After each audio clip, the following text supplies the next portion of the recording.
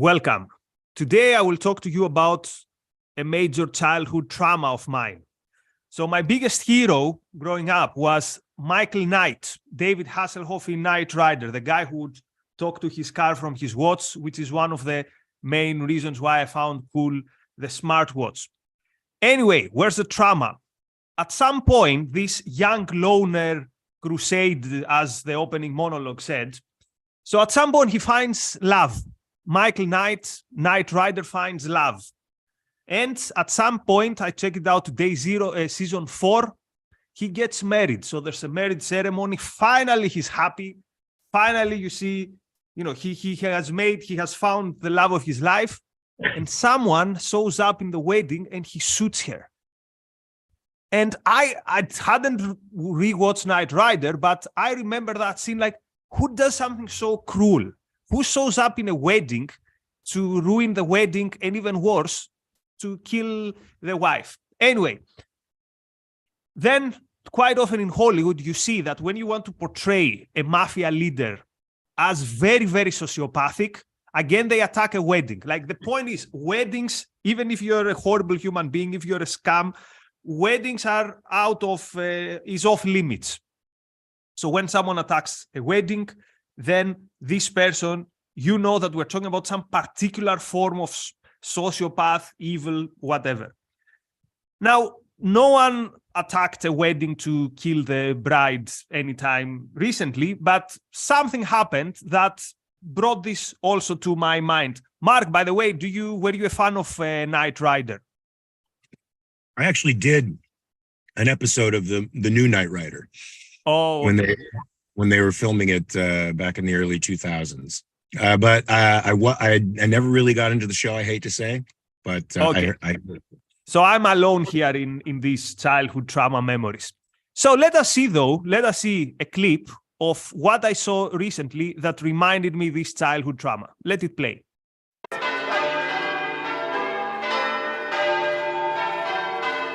So this is George Osborne, former finance minister in the UK.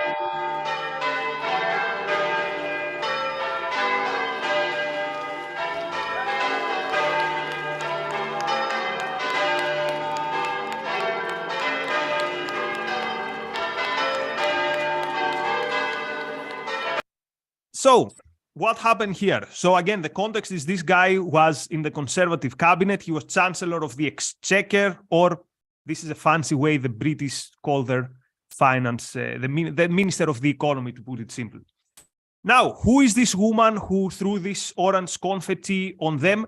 No one knows, but we know one thing, that the group Just Stop Oil, which is the group that you've known quite often from doing vandalizing stuff like vandalizing art or intruding into pits during a sporting event, immediately they endorsed this attack, again, although we don't know who that woman is.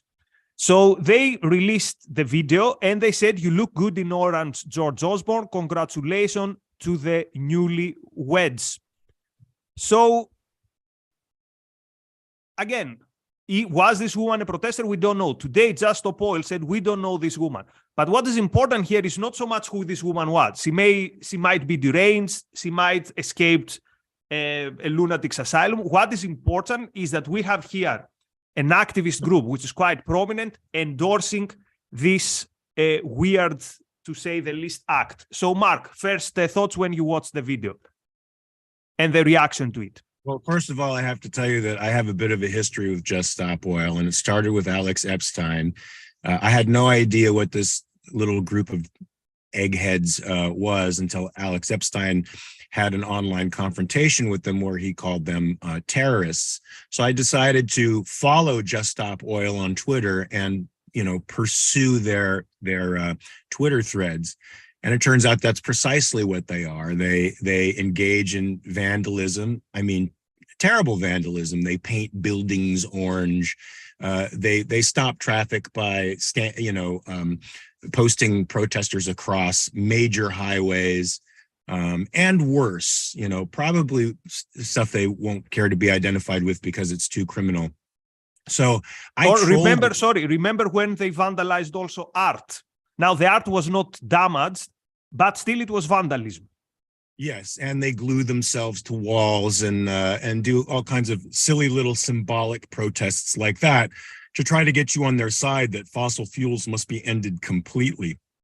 So I follow these people on social media, and I troll them mercilessly, which has led to them DMing me. They try to DM their successes, quote unquote successes, like when some stupid Hollywood producer, gives them like $100,000. They'll say, "Oh, Mark, so-and-so just donated a lot of money to our cause. What do you think of that?" And I just mercilessly beat the crap out of them in DMs. I should probably publish those DMs to show what feckless, disgusting people these folks are. They're just power lusting little privileged jerk-offs, and they're just mean. They're mean. Unfortunately, I can be meaner, and I whoop their asses. But yeah, I think these people are atrociously inappropriate. I think going into somebody's sacred ceremony like that and violating it like that, I'm telling you, I would have done more than that guy did to that. I can't call her a human being. She doesn't have, I think, the sensibility of a human being, but I would have had that person arrested and run out on the rails, which, by the way, they like to publicize. Whenever their minions are arrested, they publicize it on social media and try to get, sympathy rolling in social media for their droogs. And again, for people to understand, was this woman part of Just Stop Oil? We don't know, and it doesn't matter. What matters is that it is Just Stop Oil that published the video. It's Just Stop Oil that endorsed this woman. So we heard what Mark has to say. Let's see what Just Stop Oil had to say, and let's break it down to see if they make sense. So how do they justify the fact that they endorsed this act? So they say, the lady who threw confetti in Bratton yesterday was upholding a tradition that is common across many cultures. We absolutely defend the right for people to throw confetti, blah, blah, blah. This is supposedly a funny, clever opening. It's ridiculous. The culture is that guests in the wedding throw stuff when A, they're invited, and B, when actually this is something that the couple wants. Showing up to someone else's wedding and doing this is stupid. So they don't even have the guts to say this is someone who intruded a wedding and did something which was disruptive. Then, if it was a form of protest which is yet to be established, we applaud it and thank the person concerned. It was peaceful and not especially disruptive, but got massive media attention for Just Stop Oil's demands. I have 2 comments on this map, Mark, and then I'll get to you. A, they say it was peaceful. No, it's not. Something being peaceful does not mean that you don't punch someone. It created concern. You see someone running towards you, you feel something, you feel threats, uncertainty. The same happens when you vandalize a piece of art. I had Onkar Gate ask this question to Onkar saying, hey, is this indeed no violence? He says, no. When you have something which is abrupt, out of the program, out of the ordinary, you don't know what's going to happen next. That's not peaceful. Violent is not only if I punch you. Okay, threats or making someone feel intimidated should also be considered violent act. And then the next thing they say, but got massive media attention. So supposedly if something gets media attention, then it doesn't matter what this act was. This is exactly how, I don't want to make exaggerated comments, but this reminds me, for example, the lunatics of the Islamic State, which would do the most horrendous things to get media attention. They would show us live their execution because they want to have media attention. Now, these people don't have the guts to do executions. Although they have targeted rich people, they went to their houses and wrote, "Eat the rich." So for me, there's something similar there, that the point is there's hate and there is this thriving to get attention no matter how you're doing. So and see also how they step every time they push the line, they push where the border is. Initially, it was, I would just do stuff in museums. Then we show up to your work, but only to your work. Then okay, we showed up to this CEO's house, and now we show up to your wedding. So already from the first paragraph of their communique, I can tell that these people are particularly cases that are evil. But what's your take? It was not too disruptive, not too violent, and it got attention. That's their claim. What do you say? Well, it did get attention, unfortunately. If it bleeds, it leads. And if it's perverse, people are going to, rubberneck to look at it. But, we objectivists are the only ones who talk about proper protest in nobody else expresses the point of view that we do, which is you have a right to protest, of course, to peaceably assemble. That doesn't mean you have the right to obstruct me from going where I'm going or to disrupt an event that I'm at if you're not invited to it.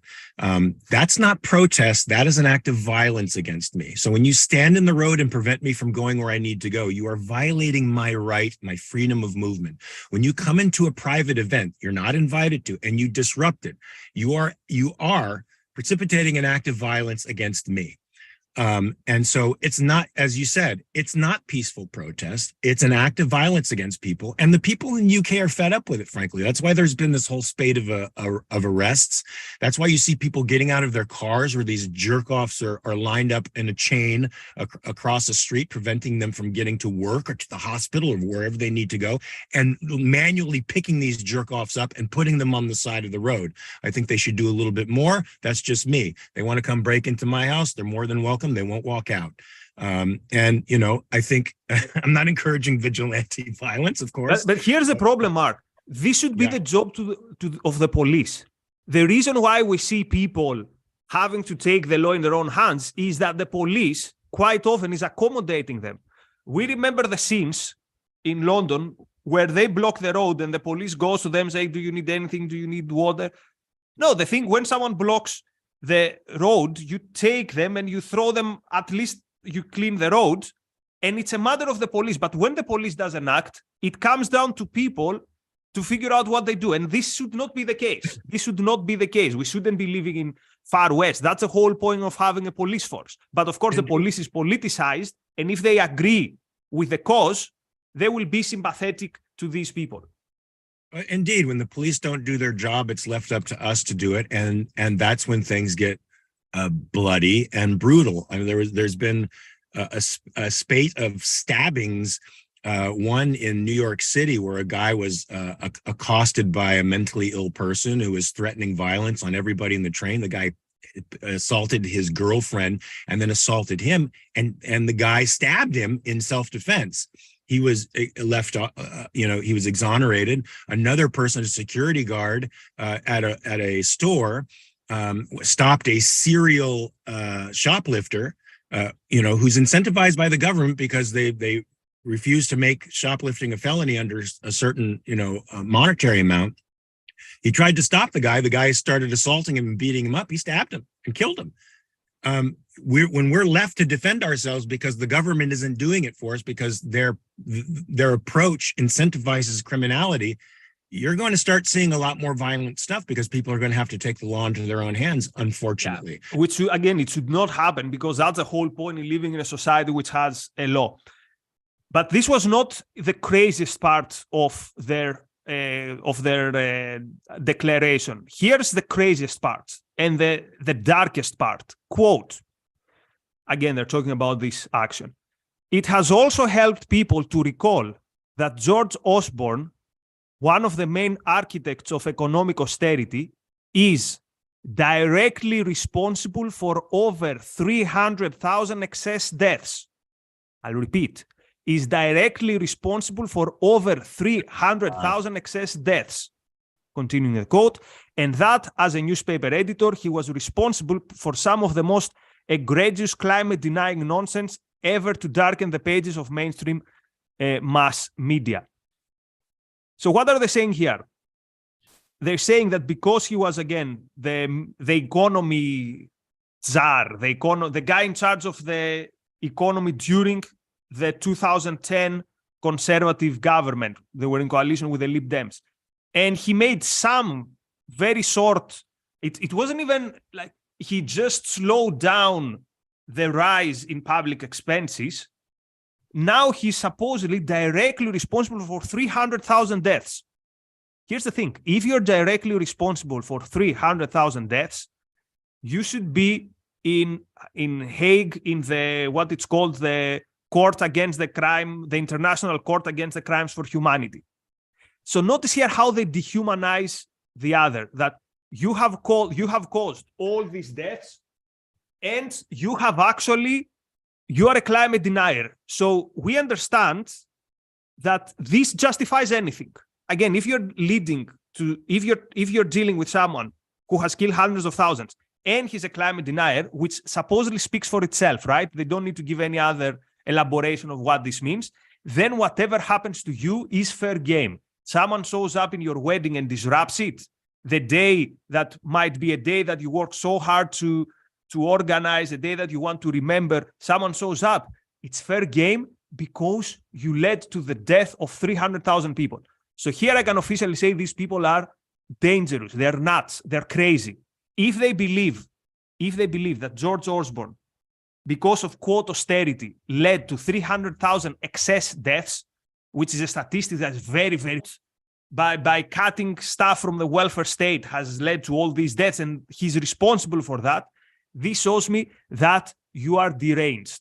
This shows me that you can do even more terrible things. So this is the worldview of these people. They think they're dealing with monsters, and therefore anything goes. Indeed. Yes, that's what they're all about, dehumanizing and attempting to destroy the monster that they've created in their own minds. They are evil. And that's why anytime I respond to them, I hashtag just stop oil. So then they say that they were not responsible, which I believe it, by the way, but they are responsible for endorsing this attack. And then they say the usual thing, the press should focus on something more important, such as the government's plans to license 100 new oils and gas projects and all that stuff. And so that's the rest of their communique. It says that, okay, forget about this. Let's focus on something important. So here's what they do. They bring your attention to something they did, and then let's say, okay, now let's talk about something else. So again, the point is, we can do anything. Nothing is off the moral limits. And now you have to follow the agenda exactly of what we are saying. This is the mindset. This is the soul of someone who can do really, really bad things. They probably won't do them themselves because they look to me like people not capable and not efficacious, but the mindset and the darkness of the soul is there. So let's see what our audience says, and then I'll leave you the last word. Roland says, a super chat to my fellow Night Rider fan. Totally appreciate this, Roland. And some years ago, we did a daily objective, something like why the 80s action heroes are moral, the moral case for 80s action heroes, something like that. Catherine, many thanks for your super chat, says, once they drink the Kool-Aid of ideological fanaticism, they can't hear logic and reason. Actually, Kate brings something important here. Mark, quite often we hear the term, these people are self-righteous. And I'm thinking that this term almost sounds too lenient, too soft with them. Like, it's not that they're self-righteous, because it's not that they think they're correct. I also think that I'm correct. So I'm trying to find a better way I think self-righteousness is not really capturing what is happening here. I think it's pretty good. They're fanatics, and they're fanatics in a religious sense. They've invested themselves in this moral faith, this moral ideology. Anything that runs counter to it is the enemy, and they've decided to fight the enemy, and it fills them with a sense of righteousness. That's destroying what they consider to be evil becomes the sole focus of their life. That's their value pursuit, and they're all fueled up by it. So Definitely self-righteous, self-important, and it's not in the sense that we mean it. It's an emotionalist sense. It's not like eudaimonia, like you and I. You write a book, or I write a screenplay, or I complete a project. I feel good about what I gave birth to in the world. That's a different sense of happiness and satisfaction than their happiness, which is it's based in rage and incompetence and a feeling of not, as you said, being efficacious. They get that sense of efficacy the way any power luster does, by controlling a situation, the way any criminal does by a power dynamic, reversing a power dynamic. That's I mean, we should probably get somebody on the show who knows psychoepistemology to figure out what that is, like a Gina Gorlin or somebody like that. She could tell us probably a little more about what we could name that feeling, that right. Thing that feel justified. Yeah, it's difficult to psychologize people, but so I consider myself in a good way, a fanatic. Fanatic, the way I see it is like, I truly believe by my ideas and I'm so inspired by them. But here's the thing. I also have some principles. I would feel bad even to disrupt anything that is like, why would I, like, imagine this, you disrupt the daily life of a whole city. Like, I would go to when I send a Slack to one of my colleagues and say, hey, have you got 2 minutes to help me with something? Already I feel I'm kind of intruding, although it's their job.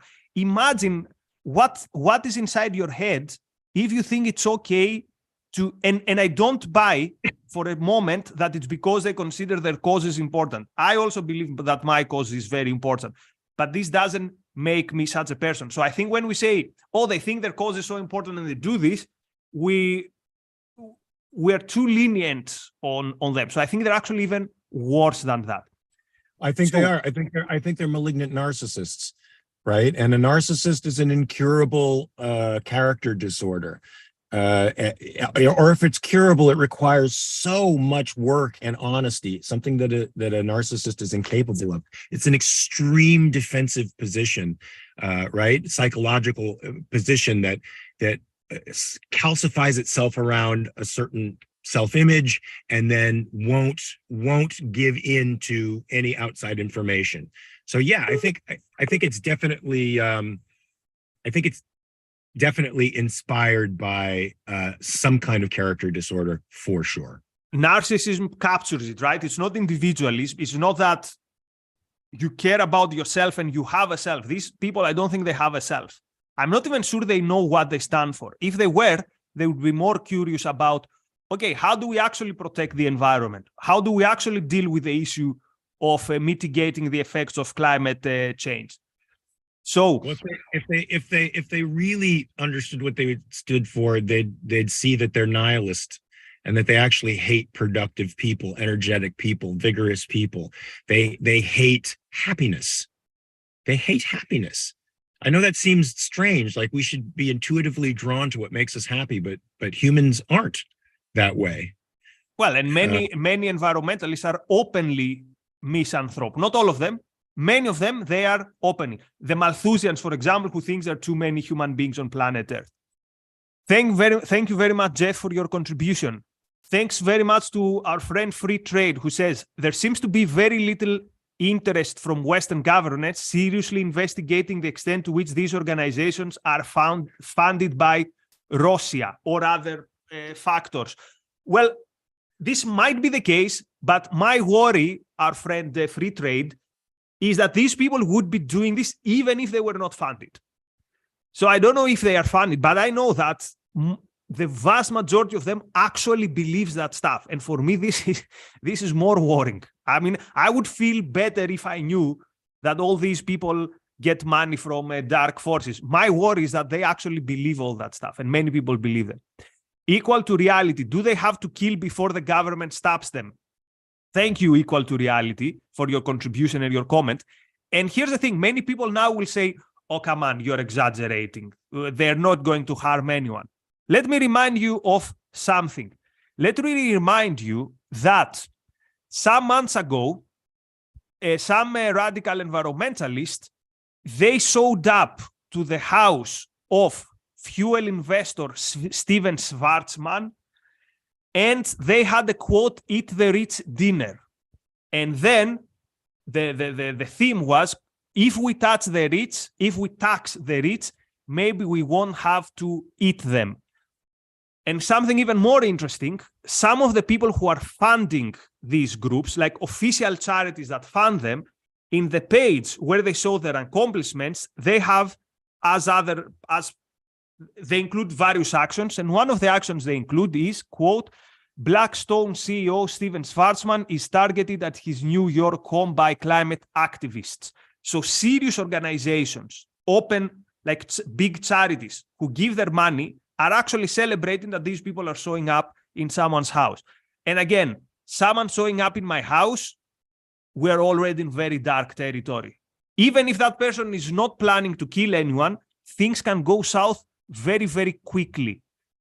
And that's very, very, very, very dangerous. Oh yeah. I just want to say at the outset, you show up at my house, I don't know you. You are in way over your head. You're in way over your head, and I will have no mercy. I would just say it's very, very dangerous territory. It's very dangerous territory, particularly with people who have no idea what they're doing. Okay, adherent of Lady Columbia sends a super chat. Many thanks, our friend and adherent of Lady Columbia. I don't know what this means, but thank you for your contribution. So this, our friend says, there is wisdom in the old phrase, beware that when you fight the monster, you do not become the monster to all who follow even a basic set of principles, because there is a point that many cross. I actually agree with this. I don't think that the ends justify the means. So again, no matter how important your fight, you need to have principles. My problem with these people, their fight is very dubious, because I'm not convinced that their problem is that climate change is going to disrupt the flourishing of people. Their point is they see climate change as a vehicle to promote some other goals, and also they don't have principles. So both parts of the equation with them are very, very problematic. So before I give the last word to Mark, let me say that tonight, 9 p.m. UK time, we have Harry Binswanger, Ask Harry Anything. So an AMA with Harry Binswanger, whom I saw recently at Ocon, and who is such a big figure. And actually, if you meet him in person, he's not just like this giant of the mind. He's a super fun person to hang out with. So, Mark, final thoughts. Yeah, you keep referring to this mysterious agenda that's animating them, and I would say yes, the agenda is probably anti-capitalistic, and it seems to be pretty much every iteration of these anti-life movements out there to really boil down to wanting to destroy capitalism. Because capitalism makes you wealthy. Capitalism can make you happy, or at least it opens up the potential for you to be happy, to be rich, to live your life as a full human being, to realize your full potential. They don't like that. They don't like it because of the way it makes them feel in comparison to other people. And so they'll do everything in their power to tear down the tools that enable us to do that. And fossil fuels is just one of the tools that enables us to thrive in the world. God forbid. So, yeah, I think we should stop them. Just stop oil, folks. And for people who have questions about what's their motive, see the smirk at the end of the video of this woman. It's like, yes, I've destroyed something. These people don't notice that almost all their disruption is destroying stuff, or it's not creating anything. So again, we don't know who this woman is. Maybe she's completely deranged. She should be in a mental institution. I don't know. Maybe she deserves our sympathy. The people who don't deserve our sympathy are the people who, again, without knowing what happened, they endorse this action as someone is disrupting the merits of a political figure that I hate. And also, Just Stop Oil, they should know that the Conservative Party, or actually the other way around, the Conservative Party should ask themselves who they are in bed with. Let me remind you that they have sat on the same table with Extinction Rebellion. They have invited Greta Thunberg and given her an applause. So maybe now they should start questioning their moral and their actual choices in life. Okay, that was it from me and Mark. Many thanks for your time. Many thanks for your contributions. Thank you, Mark. Thanks, everyone. See you soon. Thank you. Peace.